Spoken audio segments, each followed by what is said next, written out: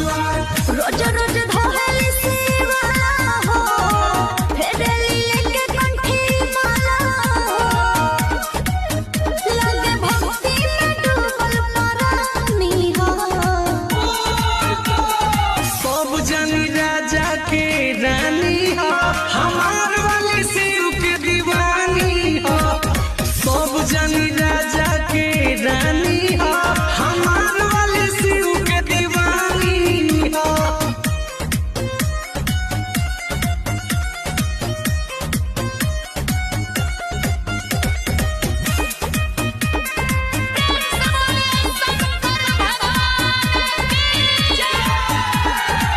हर घर शिव के मनावेली नमः शिवाय दोहरावेली नमः शिवाय दोहरावेली करेली सावन